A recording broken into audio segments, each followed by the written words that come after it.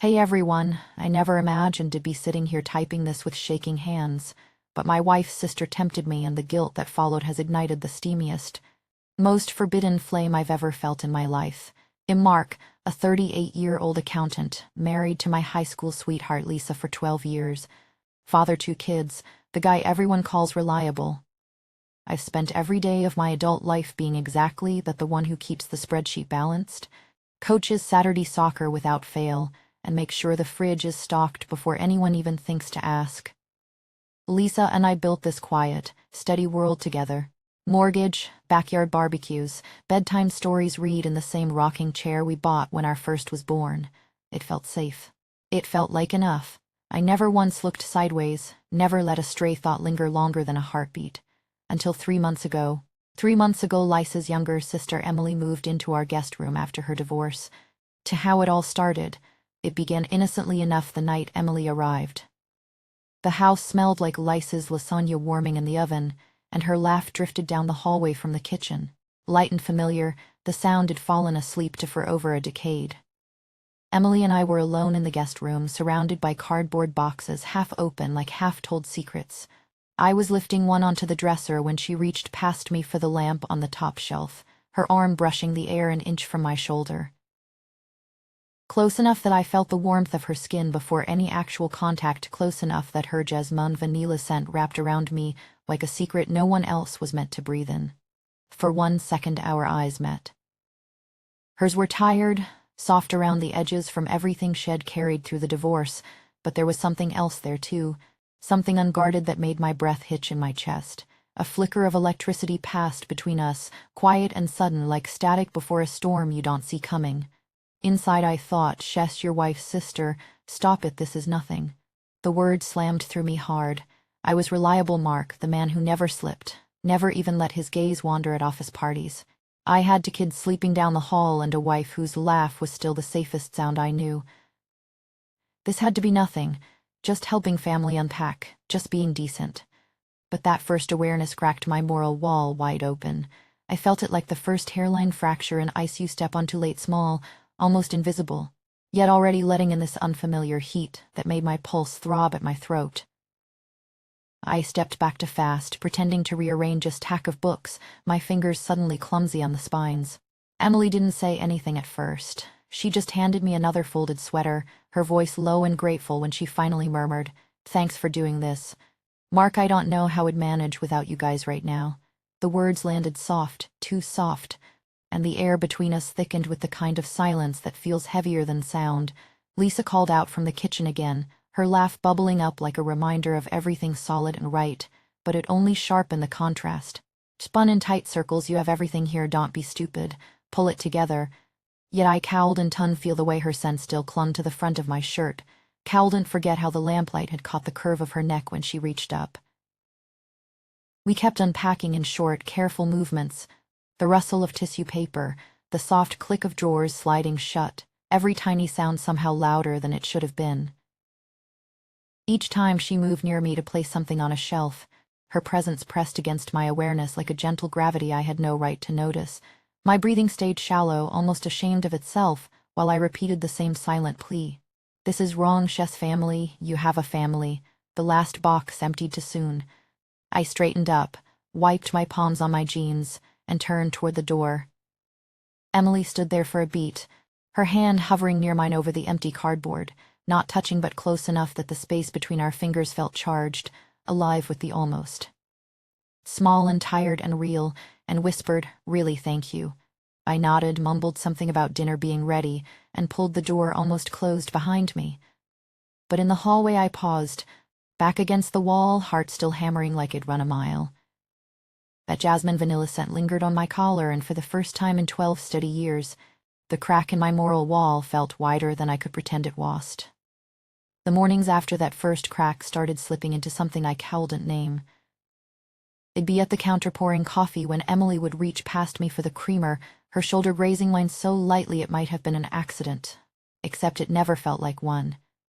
Lisa was still upstairs, hair dryer humming, and the kitchen felt suddenly too small, air thick with the faint trace of her shampoo and the warmth her skin left behind on the sleeve of my shirt.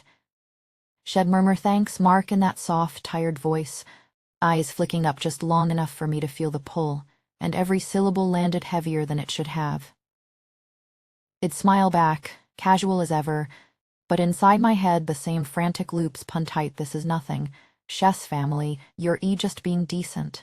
Yet my pulse kept answering her nearness like it knew better. In the shower later, I'd stand under the water telling myself the proximity was harmless, repeating it like a prayer while the steam wrapped around me. But each tiny brush planted another seed I couldn't dig out, and by the third morning I was already waiting for it, hating how much I waited. Evenings grew quieter when Lisa headed out to her book club, leaving the house feeling wider and more dangerous. Emily and I would end up on the couch, talking about her divorce in low voices while that old song Wicked Game drifted from the radio, soft enough to feel like a secret. The wool of her sweater pressed warm against my arm every time she shifted, and her laugh would linger a beat too long, curling around the quiet like it belonged there. I kept my hands in my lap, knuckles white, telling myself this was just support, just listening, but the ache in my chest said otherwise.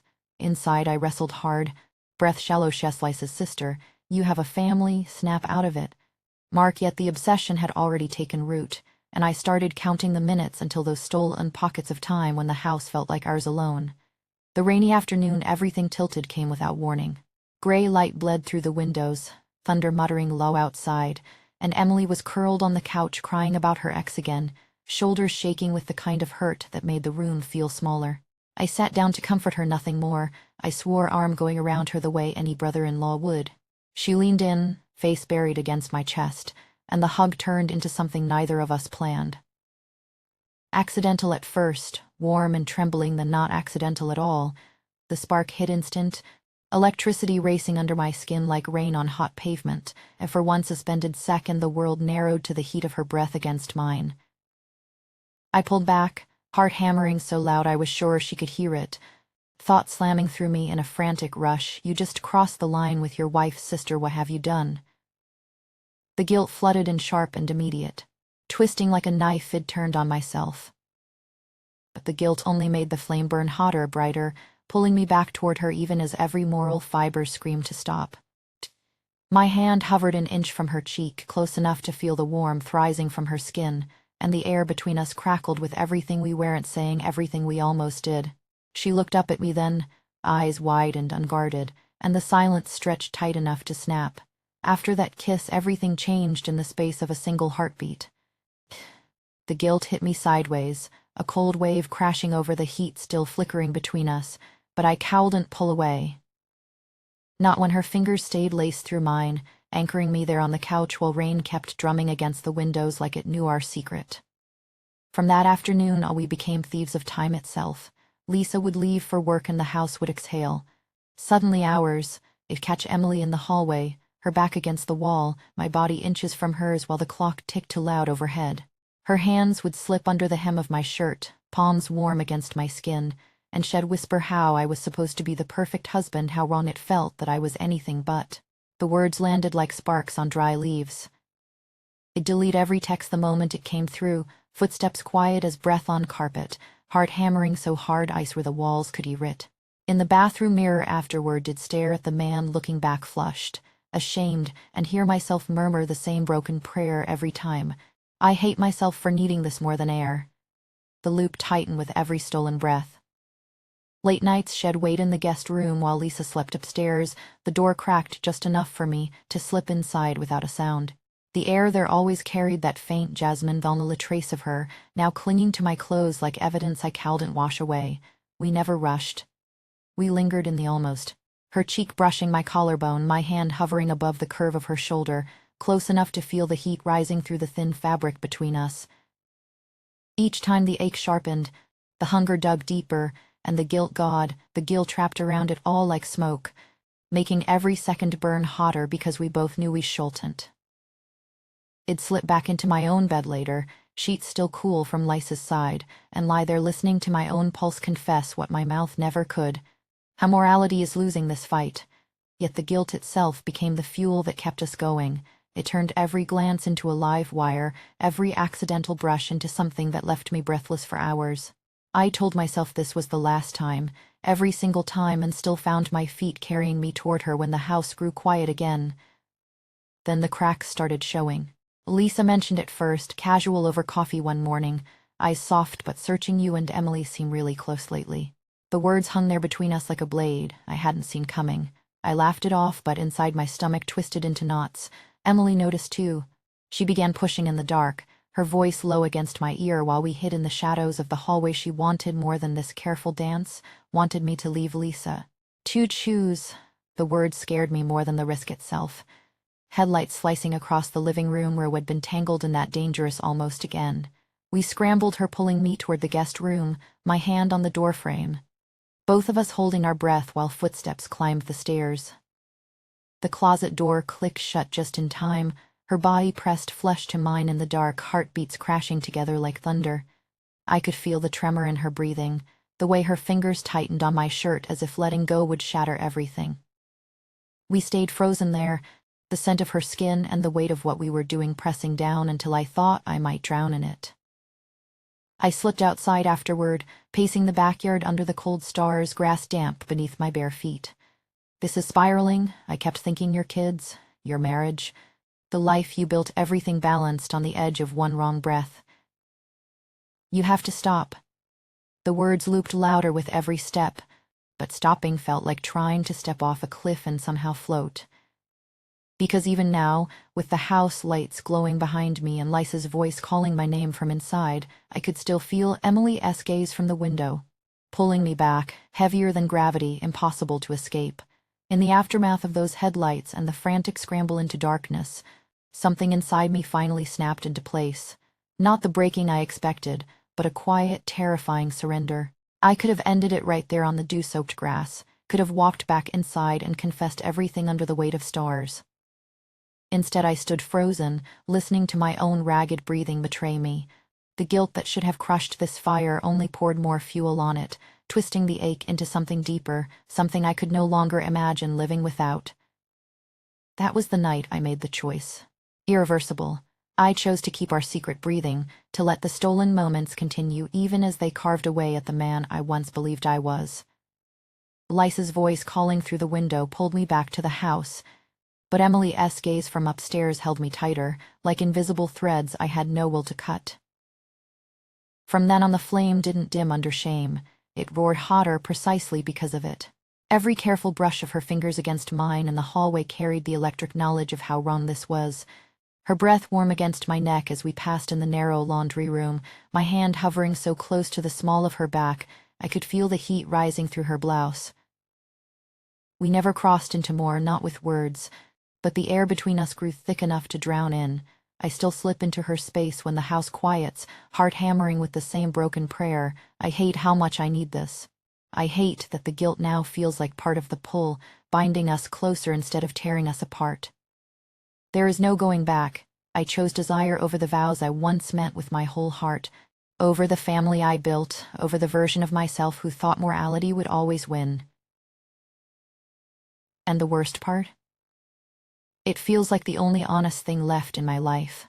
So tell me honestly, everyone listening right now with your own secret tucked away, what would you do if your wife's sister looked at you the way Emily looks at me, eyes full of that dangerous understanding? Have you ever felt temptation wrap around your guilt until the two became one unstoppable force? Drop your real thoughts in the comments. Judge me if you need to. Share your own hidden stories. I need to know I'm not the only one out here drowning in this beautiful, unbearable mess. If the pull of all this has you holding your breath too, if you want the raw unfiltered truth of that first full night, we finally let the almost become something more. Every trembling whisper and guilty glance that made the shame burn into ecstasy, then hit subscribe right now. Comment I need the full confession below and you'll know you're ready for what comes next. The next part might break something inside you the way it broke me, but some fires you just can't walk away from. Even now as I type these words with shaking hands, knowing the damage I'm causing with every stolen second, I still feel that impossible gravity pulling me back toward her door tonight. And I already know I won't fight it. Some hungers only grow in the dark.